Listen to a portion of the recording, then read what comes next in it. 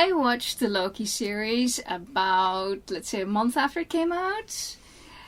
When did you watch it? Quite recently. Quite recently. So you literally remember more than I do, and I'm the more faithful watcher. Yeah. I wanted to see it, but I wanted to savor it, and then it's sort of no. Well, I did see it because the Thor film was going to come out, and I knew there was not going to be any Loki in it, but just in case there was, I watched it anyway. So yeah. I didn't even give the Thor movie a thought whether or not Loki would be in there, because they belong together. Yeah, it's the first one that he's not really. No. And, Anyway, so, you have just recently informed me that this is not the original Loki. If you've seen the show, you should know that it's not the original Loki, because they say it. Do they? Yeah. Well, that's kind of they try to explain how all these variants work. They actually so this variant and they're usually with reviews we don't go into storylines, but I think we can't not do that. Let's do it. It's 10 episodes of lots and lots of story. It's Loki. It's complicated. It's complicated. It's if you have seen, it goes all over the place, literally. If you have seen the Avenger Infinity arc with Thanos, you know that stuff happened, a lot of stuff, and that there was. I didn't see that. I know you didn't. You still have to see that. So it's like, oh, it's Loki. Cool. Oh, they snatched him out of time, I guess. Cool. Okay, and off we're running. I have no idea. So my first question on my little list was, which Loki is this? Yeah, and this Loki is the one that is basically from the most famous movie of the entire lot of the first one. That's the Avengers movie, and he is just before the end of the movie. This Loki, through time paradoxes of later. Not of his creation. Must have time paradoxes. Yeah. Tried to say that 3 times in a row. Stuff that has nothing to do with Loki, for a change. It wasn't his fault in any way, shape, or form. No, this wasn't his fault. He got a chance to abscond with the Tesseract. And the Tesseract is a...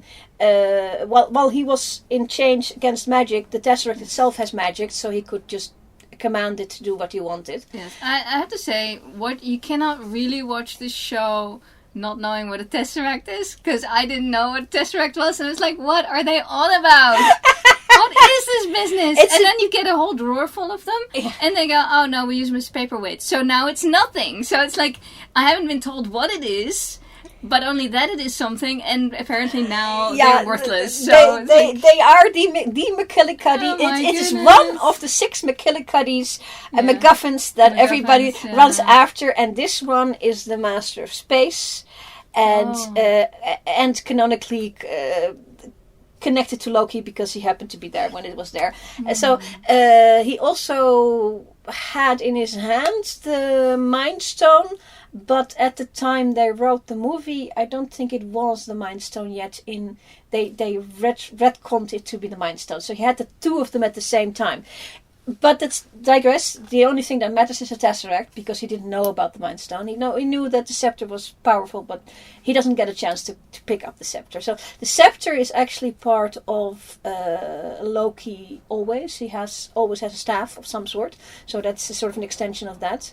He doesn't have it in this series. He doesn't have a scepter. And he doesn't have the things, horns. The horns, yeah, they are. This is great. Yeah. Let me put it this way. Tom Hiddleston, we see his hair a lot more. It's nice. Tom Hiddleston, who incidentally co-produces this show and stars in it, in the very, very first Thor movie, there's actually a bit of footage in the special of this series where he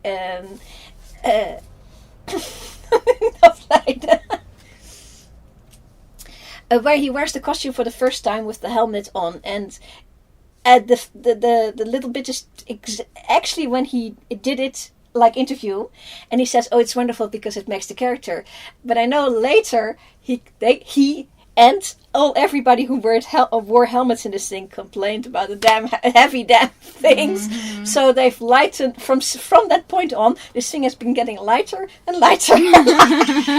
So in the end, it's kind of gone. in the end, the only time they actually wear it is this singlet with the side things and the little horns on it. She wears it, and then the other one in there wears it. Yeah. But yeah, they tried to get rid of that thing. It does make the character, but it's not fun to wear. You kind of have to transition from it's lines on blank paper and you color it in and let's give him character by putting some interesting garbs on, to you have a 3D full life real life actor doing it in complete Technicolor. You don't need that extra little bit to say this is this guy. So no, that's just the difference between getting off the page and onto the big screen. Small screen actually. Small screen. Yeah. But there's a lot of iconography with these superheroes, and it makes for later in the show. It makes that moment when that happens very recognizable. You know, oh yeah, and if you know the comics more, or at least the visual parts of the comics, you can pick them out just like that. All the Lokis. All the Lokis. Yeah. That was very clear, even though I've never read the comics, but that was super clear what they were doing there. The only thing that was unclear to me was the boy one. And of course the crocodile one. The crocodile one is unique to the show. That was a bit of fun because there is a frog Thor in a comic. So I think they thought, let's have a crocodile Loki one, and they because. But the kid Loki, the boy is called Kid Loki. Very long, many comics of that. Right, entire story arc. Okay. And older Loki, classic Loki, is called Classic Loki. That's the original one from 1962. No. With the yellow and the green that way, and the headgear.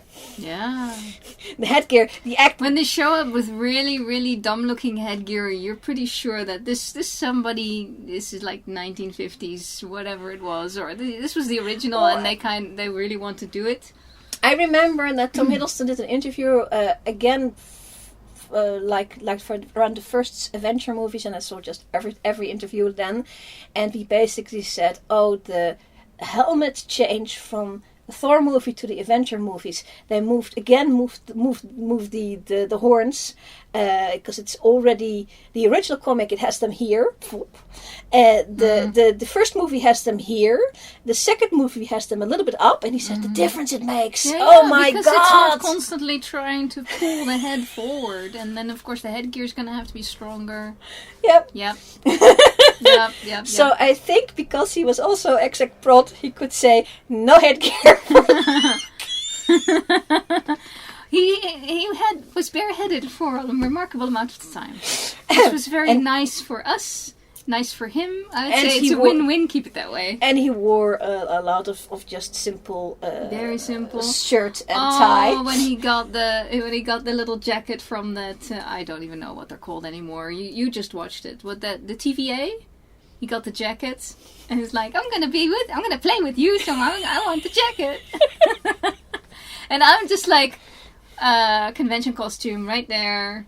We're gonna see them at conventions. Oh yeah, so much. And I don't think you probably noticed, but I'm interested in clothing and the way it is. But the way he has like a normal gentleman's shirt and men's shirt, but next time you look at his lapels, because the lapels, they're supposed to, I don't have an example here, it's supposed to like sit and then they have points, right? That's the normal way. Yeah. These are sewn in to become part of the shoulder piece. So take a look.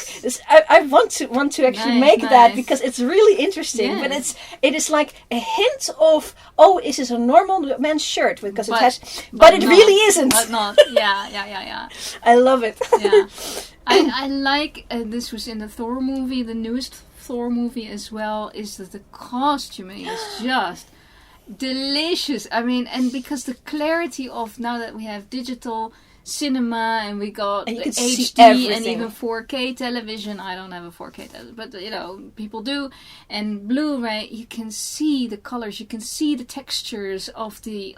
It's just delicious. yes, it's so nice. Yeah, and I think in this thing they did their best to actually make it as cinematic as the budget would allow. I thought so too. It has a little bit of a flavor like Doctor Who, stylistically, how people act, how they run around, but also the story-wise, but also the thoughtful. Almost like it feels like it's more than widescreen. It might be a little bit more than widescreen. I don't remember if there were bars or it's a bit of a letterbox. Yeah, it is. That's that is that whole Mandalorian feel. Not the visuals of the Mandalorian, because that is a completely different feel. But they did it in such a way that you kind of think that this is, every time I switch on an episode, I'm actually popping into the cinema and I am coming in. But I'm a TV watcher. I like TV series, I like miniseries, I like long stretches, I like getting really into the story, and this story did that really well because they took the Loki and Mobius and they took them, even though they don't really explain a lot. And that's a thing that you have to do as well in movies as well in television. You shouldn't explain everything immediately. No, because then it's like, oh, okay, now we know it, but then now all you can do is ramp up the plot. Preferably, you want that to happen after season 3 when we know everything, and then you go, oh, now what kind of plot can we give them? Because you're gonna have to up the ante at that point. So they gave us a lot of time, lots of scenes with Loki and Mobius, and also Loki getting into the TVA, and adventures, bringing that digital character in that greets him. Mm-hmm. I felt that was very jarring, but it was also trying to set the stage. This is television, dudes. This is not the cinema. We're going to take you on a long story. And also, I was assuming there'd be something behind it. And of course there is. But it was also an info dump. Yeah, but I'm talking about the visuals of the TVA, including the little coin, the walking coin, and also the. It's very Disney. The walking coin. Well, no, it's actually not. Well, yes, it is, but it isn't. It is very much 1950s because the looks in shape were 1950s. The coloring was 1970s because the colors were the oranges and the browns. Yeah. But the idea of having an information film with animation, having that coin thing, also the phones and the paperwork, it was very non-digital, 50s very American analog offices, in a way that the Dutch people didn't have American offices because they're in America. And it's the same thing that they do on the WandaVision show. On WandaVision, they also put in some... it's the Americana in it. Yeah. So that's the Americana part. Which Mobius really embodies beautifully, because he's such an... Owen Wilson is such a, this is... You can't get more American than that. You know, he could be Marlboro Man. He's that American. He's the fun one. Yeah. The fun American guy that would take you to a ball game and then make silly jokes at stuff. Yeah, and then the other stuff where we have Loki and Sylvie riding a train. Completely out of not American, not anything like that. Riding a train on a planet that is about to go kaplooey. Yes, can we say Doctor Who? So Doctor Who. So Doctor Who. So you have the Britishness and the Americana together. But and also the homey versus the this is like almost space, different. This is like super science fiction, which is way out there. Between like this, the TVA is regimented. It's everyone knows where they're at. It's all simple. Keep it easy. The people who work there have always worked there. Will never be working anywhere else. They don't even wish to. It's not even in their life to think about anything else. That was a question I had in the beginning. It's like, what are these people doing? Do they go home? Anything like that. And they never really... Well, later on they say it, but in the first few episodes, they don't even say anything. You're just left to wonder about... What am I seeing? They don't go home. Yeah, that's what they say later. Is that the guy in the? They go to barracks. If anything, they go to a barracks. I don't think they actually go home. Yeah, Mobius has and the what's the head lady's? She has like a quarters. She has her own quarters. The place he visits is her office. That's her office. Yeah. I got the feeling that he was her plaything. Oh, that's true. But yes, I'm like, I think that wouldn't be a bad thing to have Owen Wilson as your plaything. I mean, you can understand that she wanted to have him as her plaything, but he was like, and he seemed to be comfortable with his position until he kind of wanted to rebel. Yeah, but then he got somebody else that had. It is he who decided to let Loki have a chance at all. Yeah. All he had to do is in that very, very second scene or something like that, where they actually have the trial, is not stand up. It is he who made the first move. Yeah. Otherwise, there wouldn't be no story. That moment, I was thinking more in terms of Gregory Peck. I was thinking in terms of those old movies where he stands up and he says, okay, I am lawyer so-and-so and I will defend this person. And then he will do the absolute right thing and you will be like, oh my god, this is my hero. In this case, it's Owen Wilson, so he's not going to be my hero, but at least it's like, it gives that vibe. They can't all be Gregory Peck. No. It's like, there's a limit to the amount of Gregory Pecks we have around, but... Yeah. That kind of old...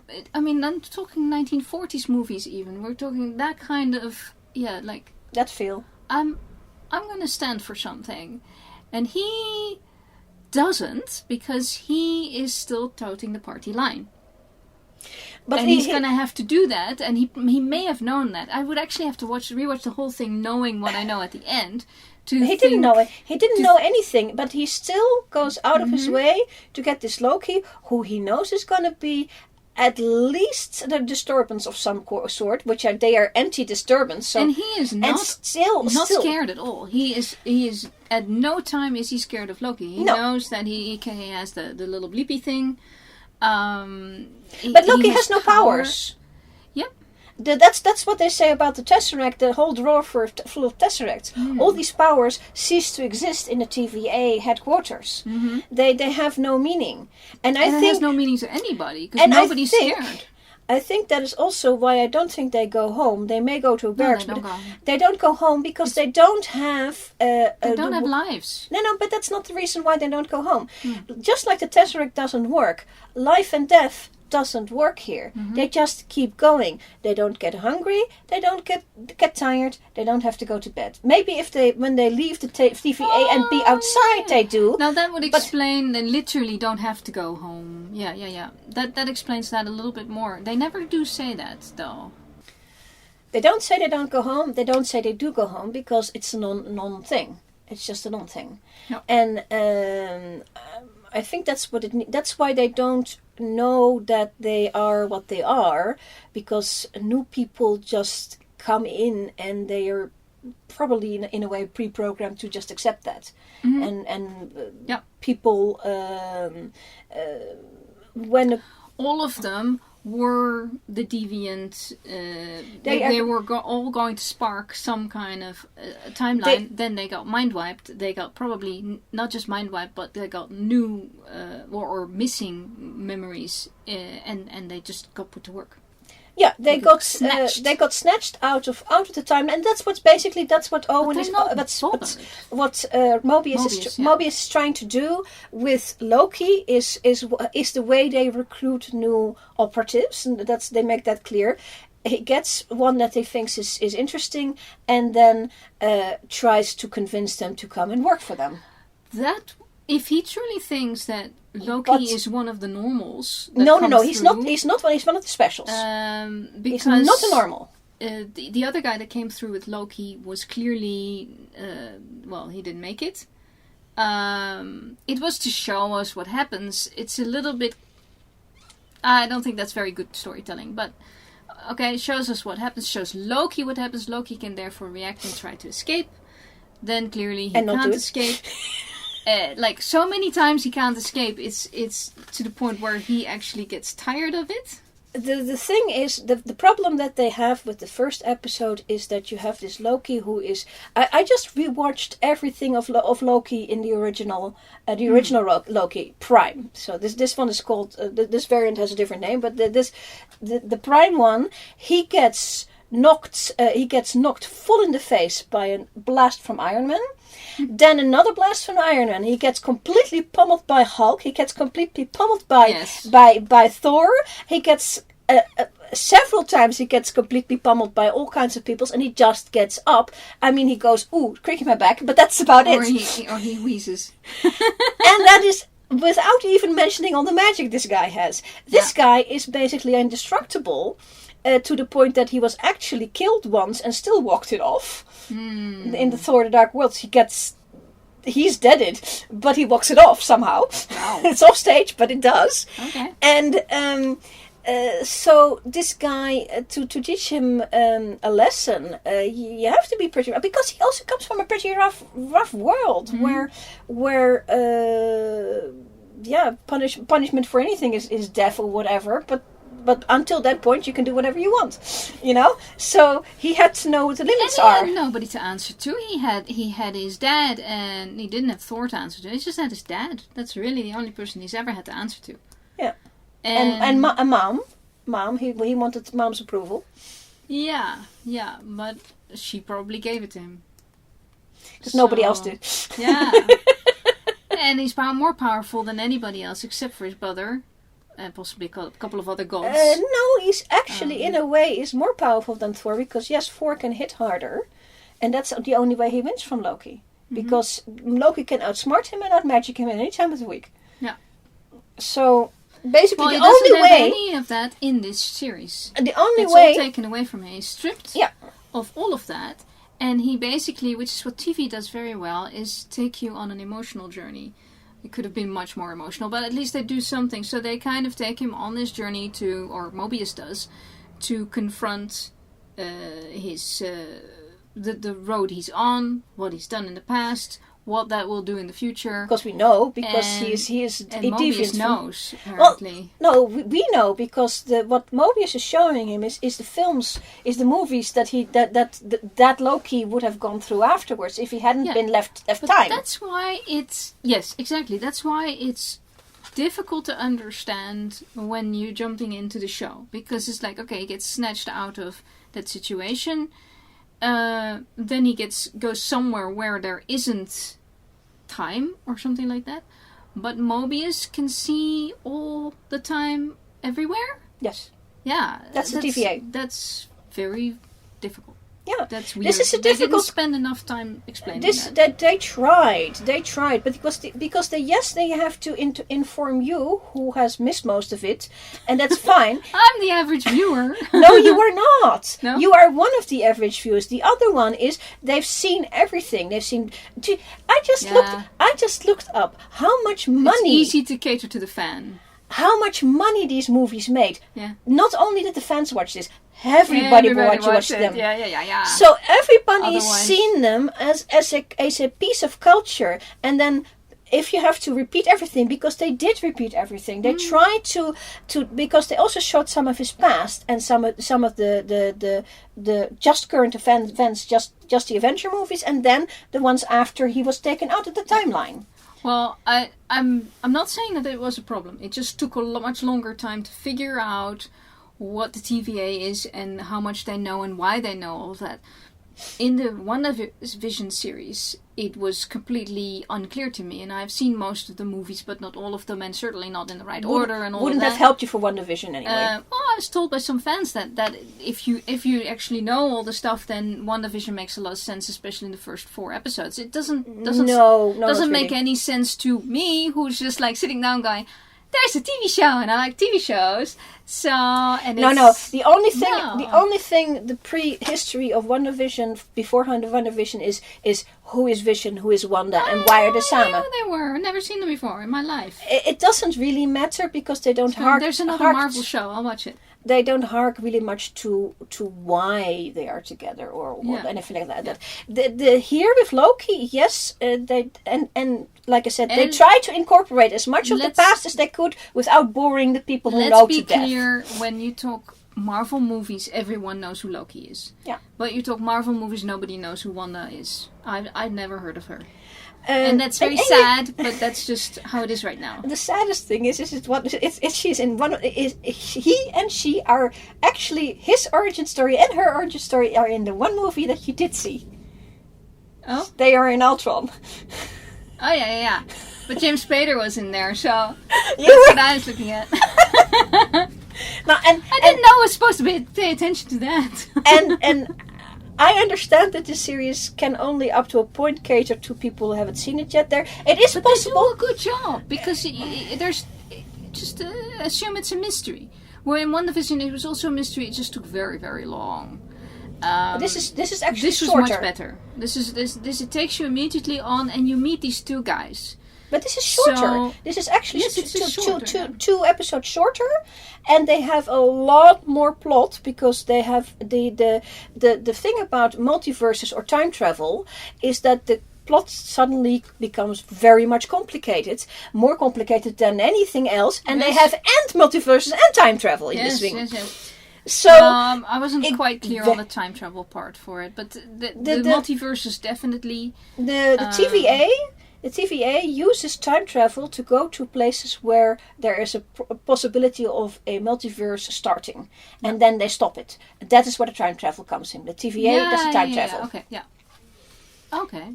And they are in somehow outside of the entire time-space multi-continuum. Yeah. Well, Mobius and his boss, and practically everyone there, seem to be happy, if a little bored. But bored in a kind of very contented, happy way. The bored in "May you live in interesting times" kind of let's hope we're not kind of bored. Well, but to them it's still a day at the office, and I like the conversations once they start up conversations between Loki and Mobius. I like it when they at some point they literally sit and have coffee and just like now I'm thinking, okay, this is a buddy show. They're really going towards buddy show, and that the point where Mobius wants something, because Mobius gets to the point where he understands that there's something hinky going on. Was it people are disappearing or something like that? No, the nature of themselves. Who are they? Because he doesn't know who he is, and he's never asked the question. Yeah, he's always existed, and he doesn't ask the question. Which is, of course, never going to be true, because he talked about the jet skis. So, but he doesn't know why. He don't have dreams about jet skis. If you're not like an American who, from maybe the 1980s or something like that. That's what I thought. It's like he's probably been snatched from the 1980s, and he's been there for 40 years. Okay, fair enough. That he thinks he's been there forever. No. He's quite high up in the hierarchy. I don't think they get older or anything like that. No. I don't think they age. No, I know. They just go on. But once he starts to feel that now he might have been snatched out of time and all the other people, then he actually starts taking action.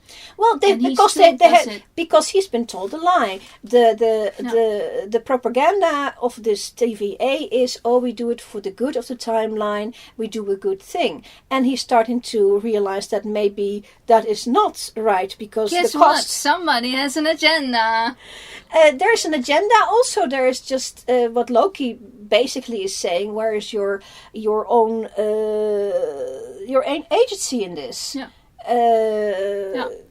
Well, and that's an American. That could be like the original message of the comics as well. Is like a person can make decisions about themselves. You have a right to make decisions about yourself.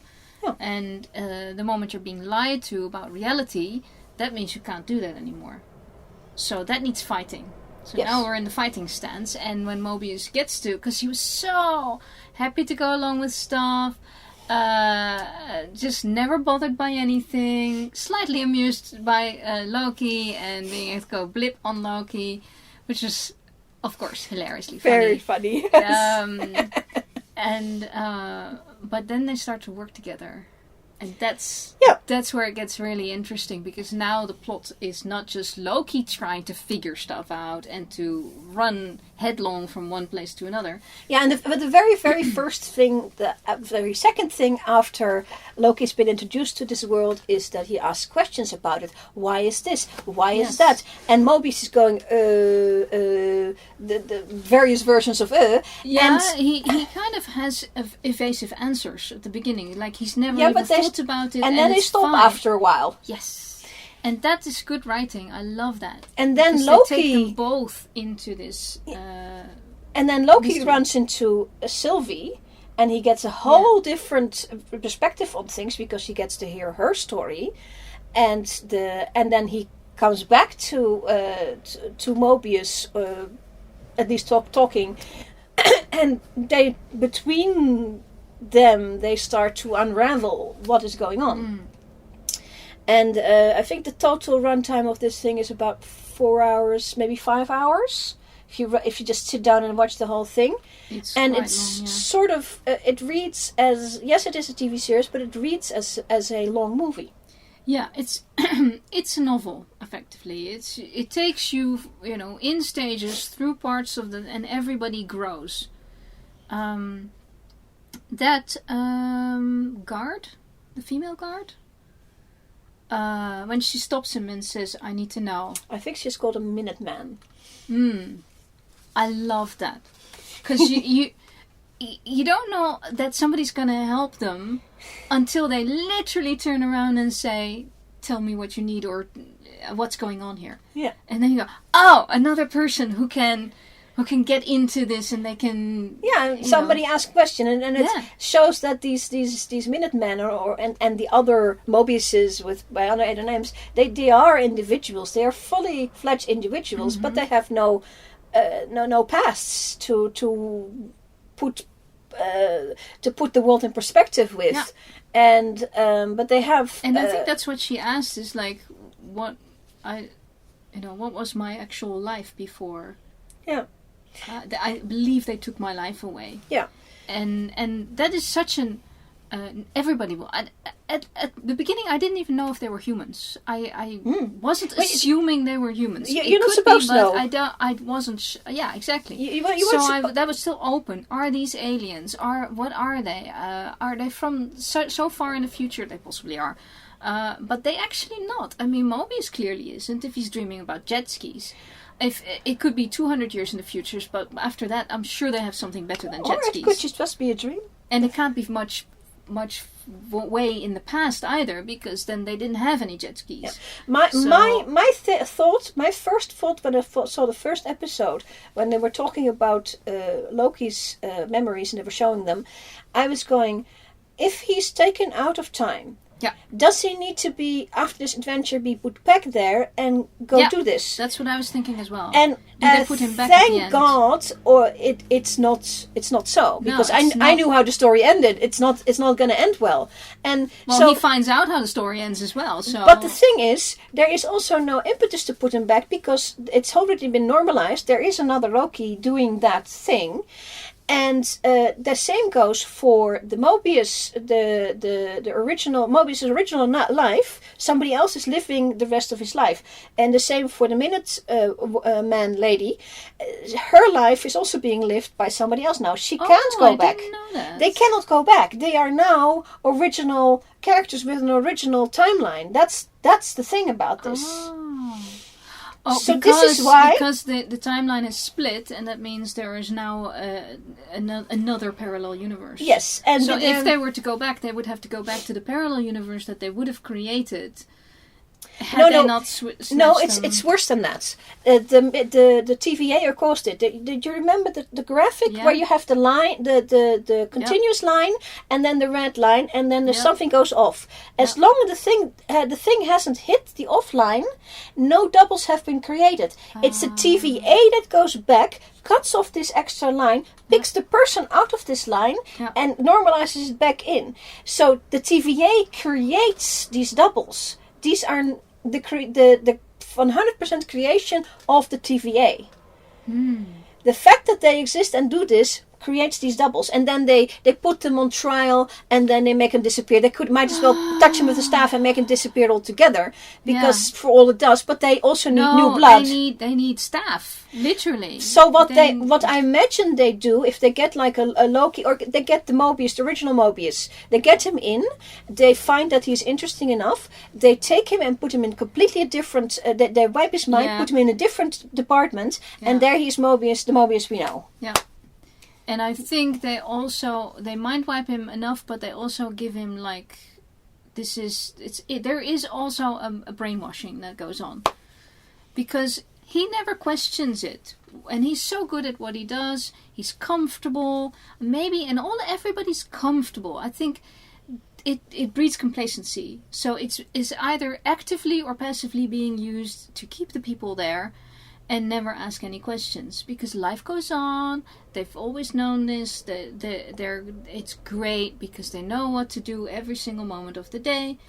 Even that those was it a robot or a person that when Loki came in and went through the metal detector? It was just a Minuteman, I think. Yeah. Oh, the undressed robot.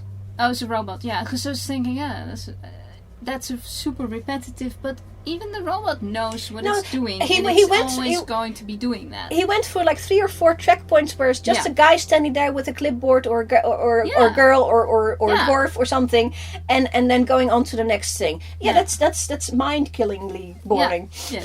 Yes. What about Loki's? So this is like fairly early on Loki still. Like movie 3 Loki or something no, I think in his story I would say it's in the middle. Okay, middle of the road Loki, but it's before he became interested in doing good or getting behind the... No, that's not true anyway, because I just did a thing about Loki's character, and there's lots of problems in there, so if you want to go listen to that, yes, there's a lot in it. But one of the things that the Loki of the comics had, not of the early comics, the early comics is just a punch and duty kind of bad guys. It's not interesting. But later, in the 2000s and later, maybe even the 90s, they write Loki like Kid Loki. There's a whole storyline where Loki messes up and is reconstituted into a kid, and he has an entire adventure as well. So all these things are... One of the things that is a repetitive part of his story is that, yes, he's bad-ish, he's very chaotic, he has a lot of fun, but comes a point where he says enough is enough. And now I'm going to stand up for something, and it's usually when the world is nearly coming to end. He changes his mind on being bad. Yes, he loves to pull a fast one on Thor and on Iron Man and whatever, but it's mischievous, but not hardcore evil. Exactly, and so that is part of his character, and you can see that, and that has always been part of his character. So he has that with him. For somebody who's mischievous and likes to play pranks, if you can make him such a simple one-liner, there's no point in destroying the world. Somebody like that does not want to destroy the world, because then there are no mice to play with as a cat. So you need to keep your mice around, and preferably, also like places the mice can go. And there's a limit to what he will do. I mean, he wouldn't kill Frigga anytime he would says that he wouldn't do it. It's not true. And the problem that Loki has here, in the last episode, he says it to her, is that nobody trusts her because he can't be trusted. Mm-hmm. He sometimes does something chaotic just for doing something chaotic, and that's this version of Loki that does that. I'm not 100% in agreement. See the other thingy. So the basic character of Loki is here. Always was here. It's the same one. It's a little bit more the one from For the Dark World, crystallized out in quick gab and fun. It's just that he in the very first movie they were busy setting up, and the second movie is the Avengers movie, and they are so busy. That thing is... You don't have time for anything in Avenger movies. So the way that Tom Hiddleston is playing is the one that they crystallized out in Thor: The Dark World, basically. Yeah. But that's enough is enough has always been in him. So that's a basic personality trait. Yeah, because that was my question: is how far in his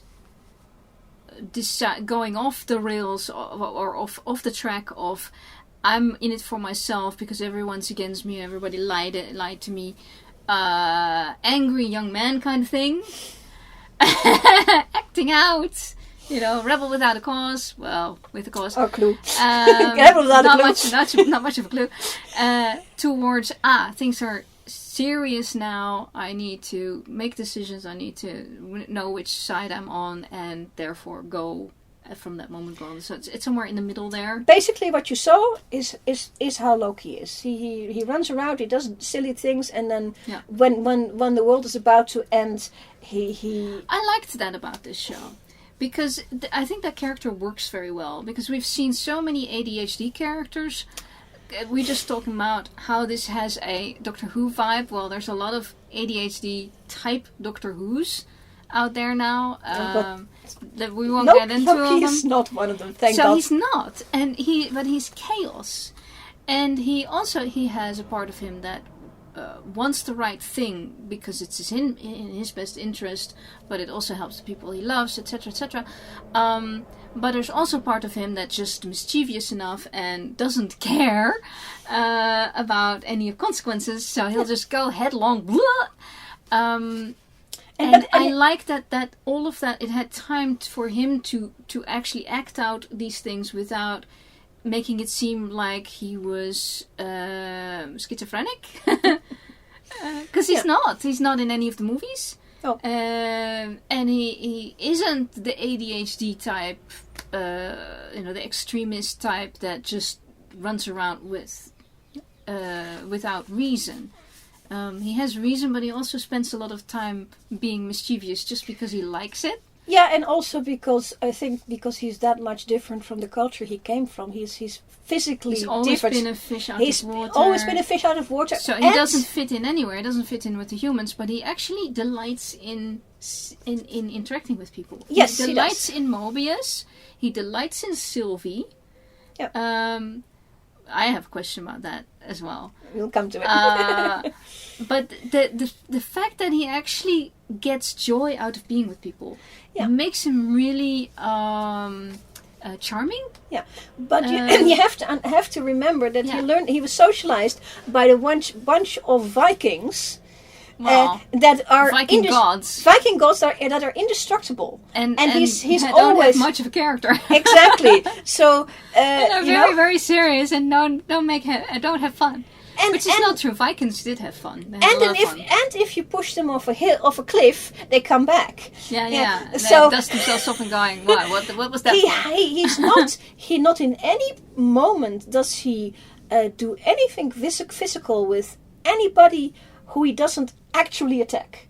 In this, because he realizes he's so strong that he would hurt a human being. He actually, when he goes through the series of being thrown into his sad moment or something like that, he gets slapped in the face every single time. Oh, this is punishment room. Oh, I can explain that one. Go ahead. I want to hear about that. For the people who've seen it, when he goes into when he's put in that loop, punishment and Sif comes and says you're very bad, and then slaps him in the face. Slips him in the face and knees him in the... And every single time he lets himself slapped in the face. He doesn't slap back. No, he's got his arms tied, I think. Let's say the first 5 times... Or 500. No, not 500. 5 times. He deserved. Because this is the one that is actually in the Edda.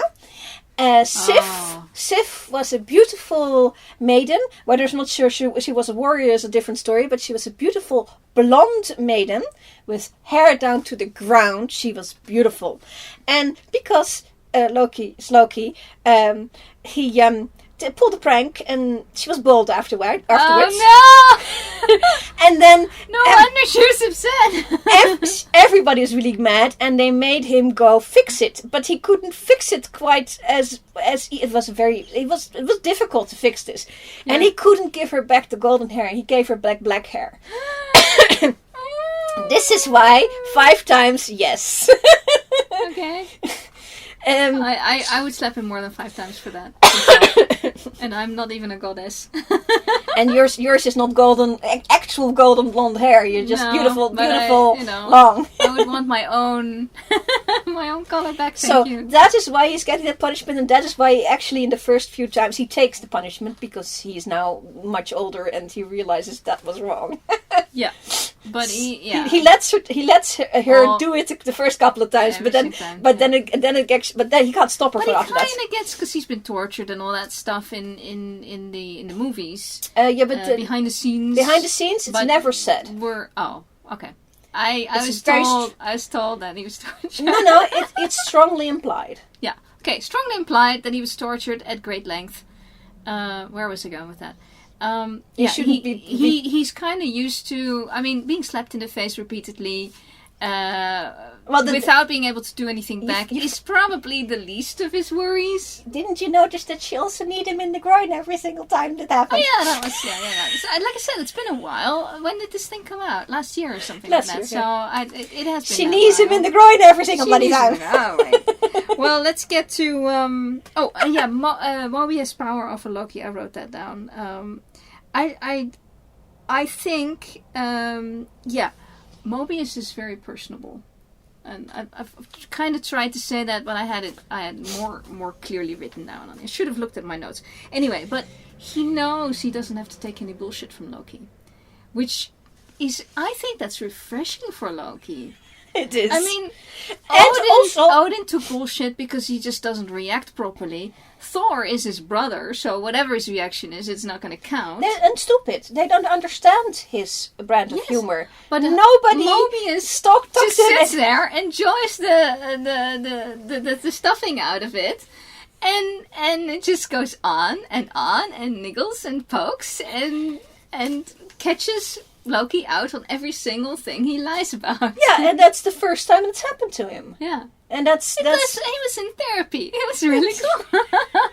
But I think both guys were in therapy, because it slowly becomes equal. The therapy is different for Mobius, because Mobius, something that Loki found out, what is his own nature in his heritage, in his birth heritage, he found out the hard way, and it made an impression on him, and he sort of looks at Mobius and says, "You don't know where you're from. Yeah. There is something there, and you don't know it. Why don't you know it?" And he's not asking the question, and then Loki's putting the question on the table. So why don't you ask they're it? They're both extremely intelligent men, and that is why that's fascinating to watch. It's well written. But it becomes a complicated show. To me, yes. But to me, that was the strength of the show, especially in the first 3-4 episodes, because that's what draws you in. And then you can have all the complicated storylines and the running around and the antics. And then there's the moment where Mobius has basically taken it on himself to make a decision. To start acting on his suspicions, and he now at that point he knows how bad things are, and they kill him. Right, standing. What was that called when people disappear? I forgot. Blimping or something like that. Yeah, they blimp him, and Loki's standing right there. By that time, they have gone through so much that I've actually rewound it several times, because I like that sort of thing. It's like he just the look on Loki's face, and it's not in the lines. So the scriptwriter, whoever that was, missed it, because this is effectively now his best buddy, because he probably knows he cannot go back to where he came from. If Thor was ever his best buddy, even though they hate each other and they love each other. Was never his best buddy, unfortunately. But this man, he has sparred. He has mentally. They have a rapport. They understand each other, even though they're completely from different worlds. But there is a way that they understand each other and complement each other that he's never had with anybody else. And is right next to him, and he couldn't do anything. Even if he if he'd had powers, maybe he would have been quick enough. But it was so fast that it took the viewer by surprise. I think Mobius knew it was going to happen because I rewound it 3 times. So it's like, yes, he does know that what he's saying right now is going to get him killed exactly right then. But look at Loki's face. He is in utter shock. And there's no moment to react to it. And I think the script should have given time for him to react to it. And then, of course, later... Because it's like, here goes my ship. But he also goes. but Mobius isn't, returns in that other world. I never quite figured out how that worked. I think they just get blipped there or something. The blip, all the blips that are blipped away from the TVA into supposedly nothingness is not nothingness. They get put beyond the timeline in a repository, and apparently all at the same time. So time sort of stands still, except it doesn't. It's sort of in that same place. There are also the other Lokis, including Classic.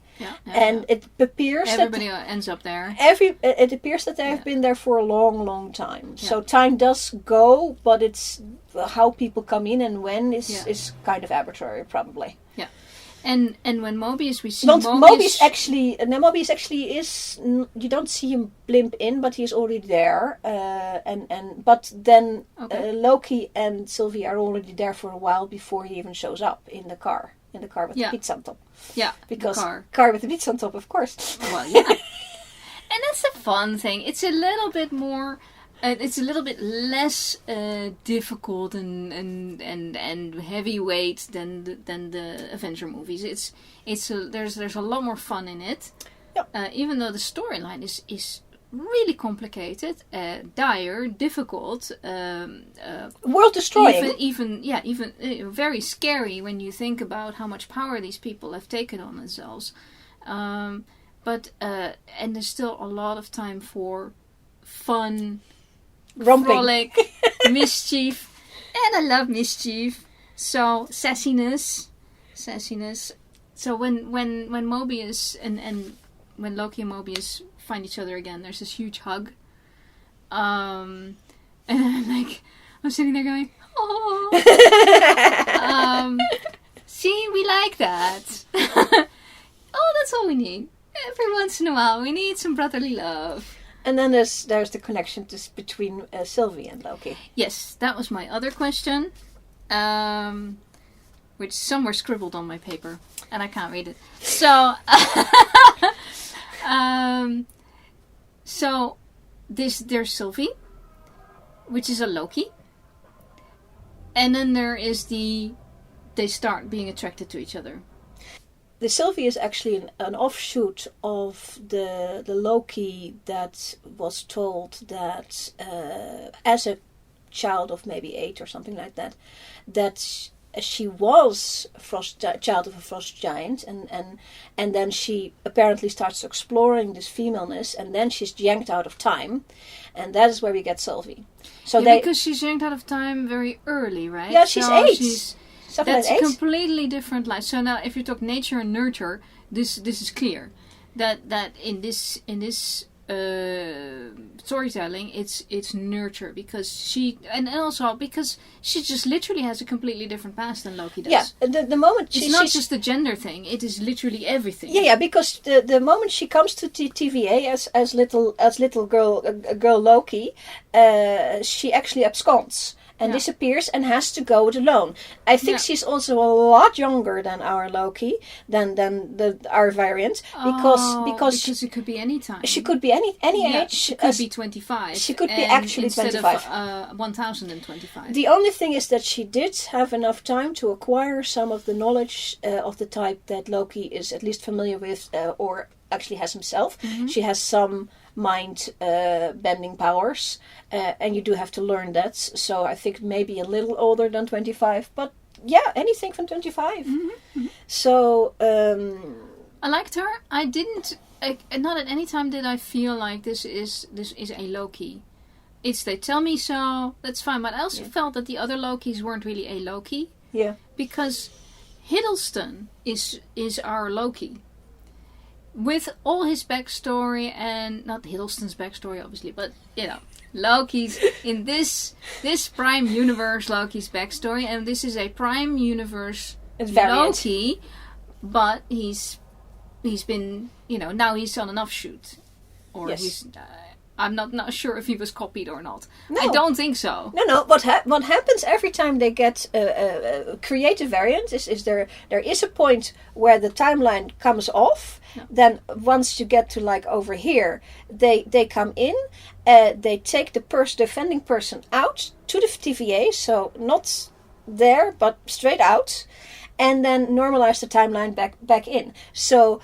This just continues. There's another Loki on this timeline, whereas there's over there is a variant. Yeah. So yes, you have two Lokis. This Loki actually ends his story in where it ends, yeah. And so that's for the sake of convenience, at least. That Loki's story is over. There was an interview with Tom Hiddleston about that, where he before. In the special, they talked about when he got the script for the last thing, and oh yeah, he dies. Okay, so that's it. And they asked the big producer, yeah, that's it. And he's sort of going, oh, I've been doing this role for then, I'll say Spock. So for the search for Spock, it's science fiction. There is always some place to go. But he is a different one. But he has complete agency of existence. But he is now this different one, and I like. I'm not a fan of reboots, but this I like. Like with the Star Trek movies, they're basically the offshoot happened very, very early. It happens at and they didn't say it. Kirk's birth. And they didn't say it. And there was no TVA. There was no actual plot to it. It just happened. Oh yeah, but it does make sure that you can now tell a different story.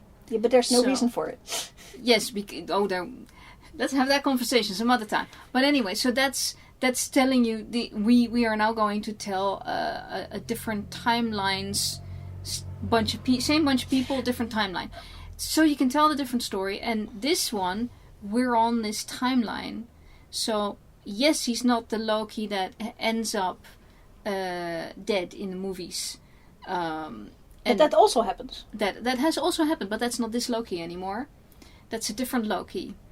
But we like this one as well. So. But it's not another universe Loki. It is this universe Loki. No, it's not a parallel universe Loki. This universe is so complicated. This universe is known as Earth 616, and so it is Loki 616 variant. Not the Loki that does the entire timeline. This is the variant, but he belongs to 616. Yeah. And the things like, if you've watched Doctor Strange, you have not, but I have. And for those people who have, the multiverse there are actual other multiverses. These are not 616. He is 616, but the other people are not 616. These all have designations if you're going to look them up. But this variant of 616 is 616. And that makes it interesting because he is now, he has a certain agency. He can actually go to Thor and try again if he wants. Because he is Loki. He is 616 Loki. And as long as he stays outside of the path of simply go after the other one died and come back, he can do that. In the now. There's no reason why he couldn't. Yeah. He's an anomaly, and he is but it's Loki. It's the MCU, and it's Loki, and it's Loki. So if anyone's going to be an anomaly, it's Loki. Exactly. So I like it. I think it's extremely well done. To say we're going to take a character that actually should be done now, but we're going to do something. They did it. It was interesting. They put a lot of thought into it. Clearly, they also did a huge job with casting, production. Obviously, the looks. Oh my god! It was filmed under lockdown. I don't know any details, but they did an awesome job, and you can tell. All these things that were filmed under lockdown, they amended the scripts to make sure. Not this one. No, it doesn't need much. I mean, there are places. It's just set in places where you don't need a lot of. You don't have crowd scenes, so it works. There is actually fantastic. There's an enormous crowd scene in it. Is it? On that planet that's going to blow up. They have to try and get off and get on the spaceship. There's like lots of crowd scenes.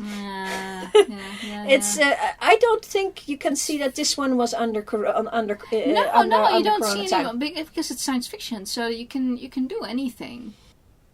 So can we get just briefly back to Sylvie and what looks like they have at least an attraction, but they could make something out of that between Loki and Sylvie, which is a female Loki. Yeah, that. I was looking at that a little bit funny as well, because it's Loki kissing Loki. I mean, it's Loki, so da. But I don't know. It might be a thing. But, yes, the thing is, and because I have seen the making of, and they talk about it, is that one of the things, and you can see that in the movies, is that because he is adopted and they try to rear him as something he's not, has cost him a lot of self-appreciation. Mm-hmm. And so he has to a little bit stop punishing himself for being alive, because that's sort of what he's been doing. The intervention with Mobius in the first episode has helped a lot, and he has to start to learn to love altogether, because so far he has not start somewhere. Well, he started with the friendship with Mobius. I really feel that is the basis of love, is to have friendship, to be how upset he was over Mobius dying. I mean, it was and Sylvie dying when it was implied that they had erased Sylvie, and then he asked Mobius, and Mobius first sort of goes, oh, she's erased, and then he sort of gets upset, and then Mobius takes it back. Because Sylvie is Loki. She together is sort of a metaphor for loving himself. Yeah. I don't know if you want to express that in a kiss quite like that, but if you like, they have. Well, he would never do that with any of the male Lokis, for instance. But then again, the male Lokis were so on their own track. She was also on her own track, doing her own thing. But they had good conversation. They were getting close. They were not. I don't think he's had a lot of close relationships in his life. The problem is literally where you feel that you're on the same page with the person, or that you appreciate each other. Other than his mother, he's never talked to anybody who could have any idea of what he was talking about, and she could only talk about magic, and because that was her thing. Mm-hmm. So, but the manly stuff, talk to Thor. Are you kidding? Thor is thick, and too thick for Loki. And mentally not much older than Loki was. So exactly. They were both boys. So and who else was there? The Odin Warriors 3 or Sif?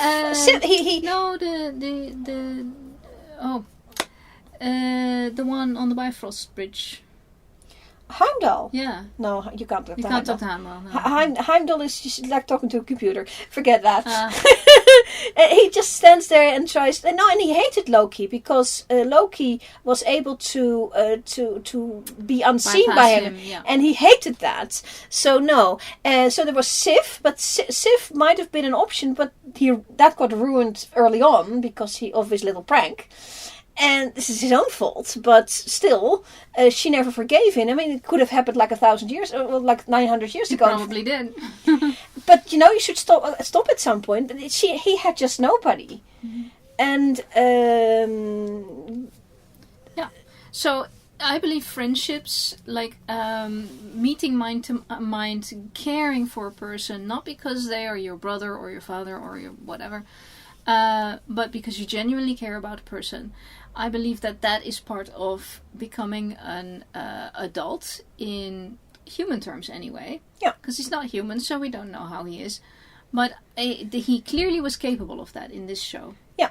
And with Sylvie, I think he felt, or the people who made it felt that because she is his physical self, but a different version, at least they are on the same page on things. And they had that same kind of, not as much as with Mobius, but he did have one-on-one conversations with her about real things, about feelings, about being.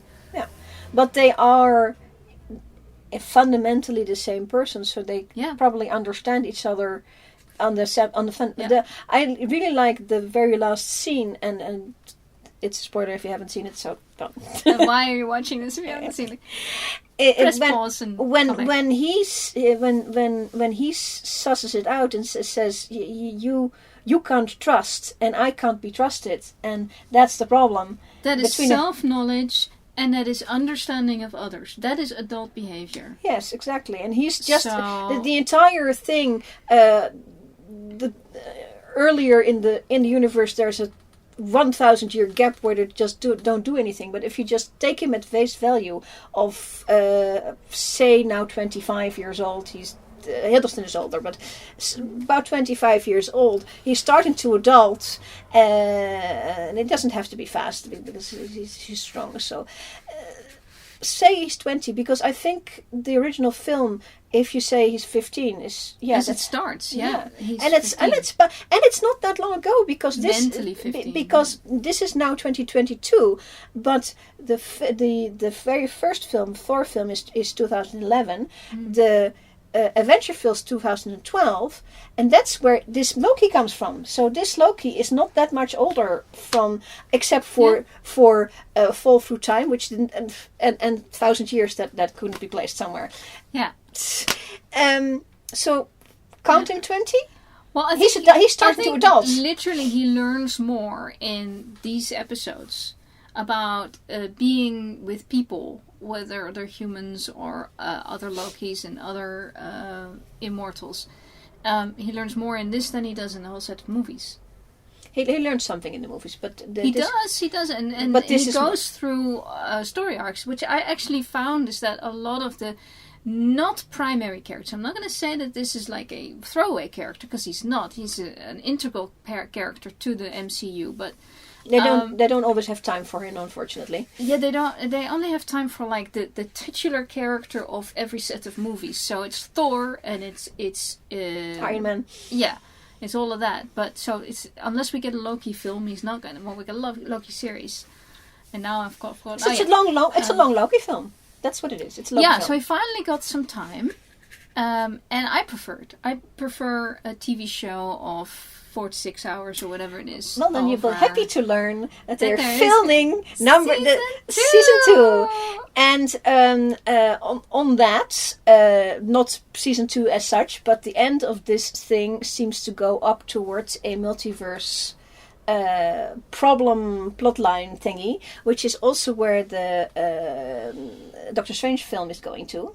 Oh. So maybe we end up with Loki in a Doctor Strange film. That would be interesting. That would be fun.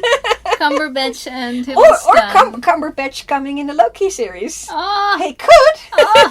I happen to know that Hiddleston and Cumberbatch actually know each other from several projects. Yeah.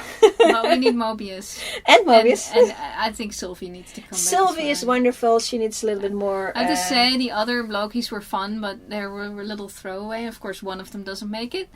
I think the other one doesn't make it. I don't think anybody makes it there. No, okay.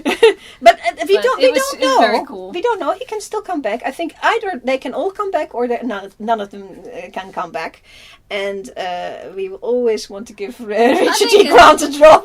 Yeah, Richard D. Grant. That was just fun. Oh, they're on the specials. They have him on the specials, and he's sort of. That's the thing with these. I mean, in films you can do that too. You can give like a cameo or a really important short part to somebody. You go, oh, we need to cast that. But they do it more often in TV shows. I get the feeling.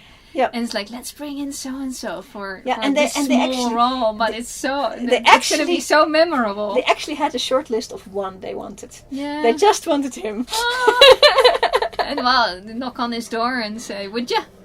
And then he said in the special, he said, "Oh, I'm going to be wearing one of those muscle suits." And then they tell him, "No, you're going to play classic Loki, and you're going to be older, so no muscle." And he's going, "I never had a muscle." Green? He's green and yellow. Pea green he was. Pea green and bright yellow. That was, and it's just like I love it. I love it when classic Loki is sitting down and he has like this costume which should be a costume, and he sort of slouches down and it goes all wonky. I think they did it. He needs a Picard maneuver. No, that was fun. Yeah, it was well done. This is fun. So, any more points before we wrap this up? Nope, I don't think so. Something I didn't say in the other one, which I would like to say, is there was an earlier Tom Hiddleston interview where he said, I think it was for the interview was for Thor: The Dark World, so it's like the 4th time he plays Loki, and he says, Loki, third time he plays Loki. He says, Loki always, it's always interesting because I never know what I'm going to play. Yeah. And I was sort of going, and he always says everything with a very nice, oh, that was a wonderful thing. Mm-hmm. And I don't think that was a wonderful thing. No? No, wouldn't it be wonderful? That you never know what's going to happen next. But it means that the character is very inconsistent. It is. And I think that was my point about not being the titular character.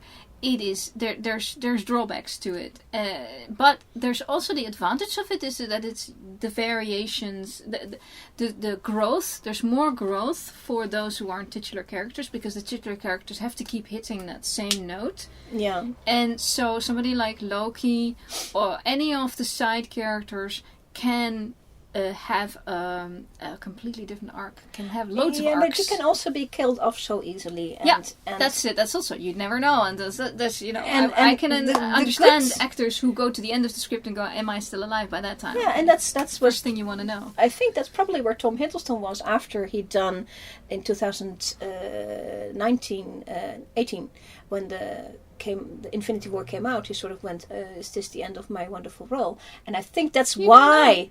Well, then you go to television. I mean, and he did because he is exec prod on this thing. This is part of his project. Yeah, because he liked the role so much. Well, exec prod does not mean that. But okay. But he is standing. He's such a big star they couldn't do anything but make him an exec prod. No, you should watch. I've not watched the special yet. Watch the special yet. It wasn't out yet when I was watching the show.